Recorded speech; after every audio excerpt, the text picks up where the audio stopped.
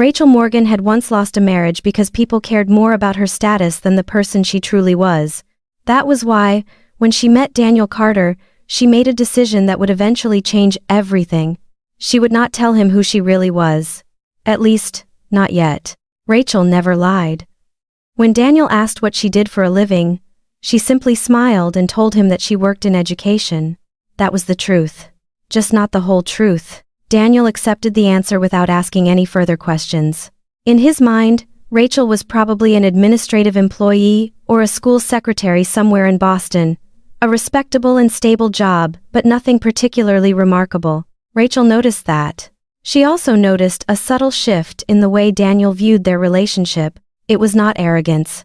It was simply a quiet belief that he was the more successful one, the one with greater status, the one leading the relationship. But Rachel never corrected him. She wanted to see what would grow between them when titles, power, and reputation were removed from the equation. The months that followed passed peacefully. Daniel treated her with genuine respect.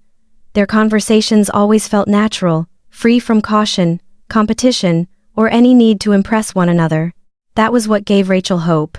Until one evening, when Daniel unexpectedly invited her to dinner with his family, he looked at her and smiled softly. "My parents would like to meet you," Rachel nodded. But what caught her attention was not the invitation itself. It was the brief hesitation in Daniel's eyes before he continued. "They can be a little traditional. Try not to take it personally if they ask a lot of questions." Rachel remained silent for a few seconds. Then she smiled. She was not worried. If anything, she was curious. Because deep down, she knew that evening would give her the answer she had been searching for. The Carter family home stood in a quiet lakeside neighborhood. Everything about it seemed perfect in a way that felt carefully arranged.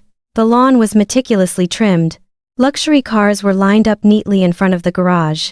Even the silence carried the feeling of a place accustomed to measuring people by their accomplishments and social status. When Rachel stepped inside, Daniel's mother was the first to greet her. A polite smile. Observant eyes. Just enough warmth that no one could reasonably complain. Dinner began pleasantly enough. They talked about the weather, traffic, and the ordinary details of daily life. But after only a few minutes, the conversation slowly began to shift. Daniel's mother set down her glass. "Rachel, what exactly do you do at the school?" Rachel answered calmly. "I work in educational management." The woman nodded. "A stable career."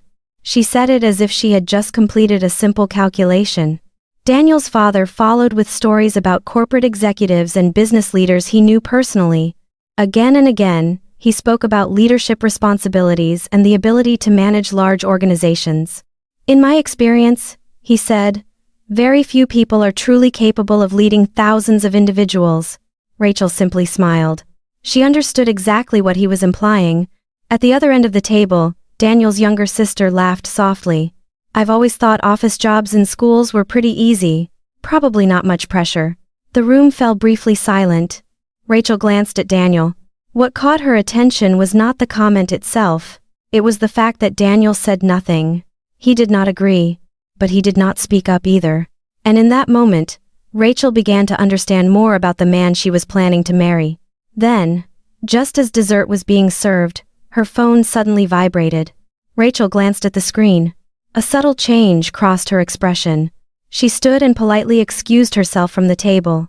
No one in the room knew that within the next few seconds, everything was about to change. Rachel stepped into the hallway and answered the call.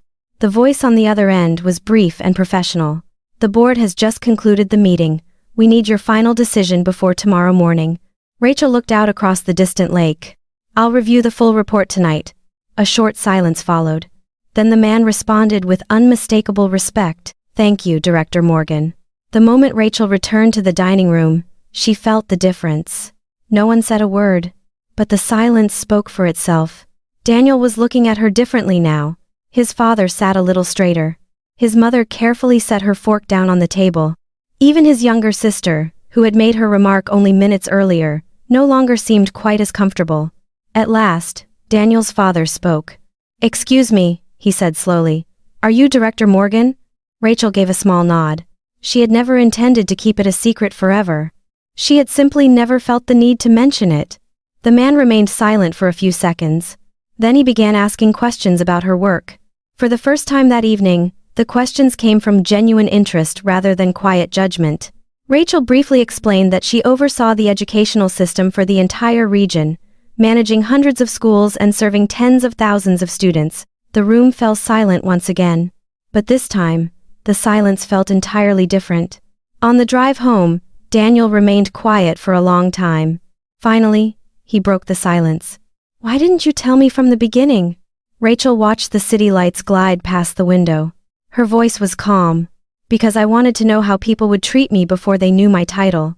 Daniel tightened his grip on the steering wheel. For the first time, he truly understood what she meant.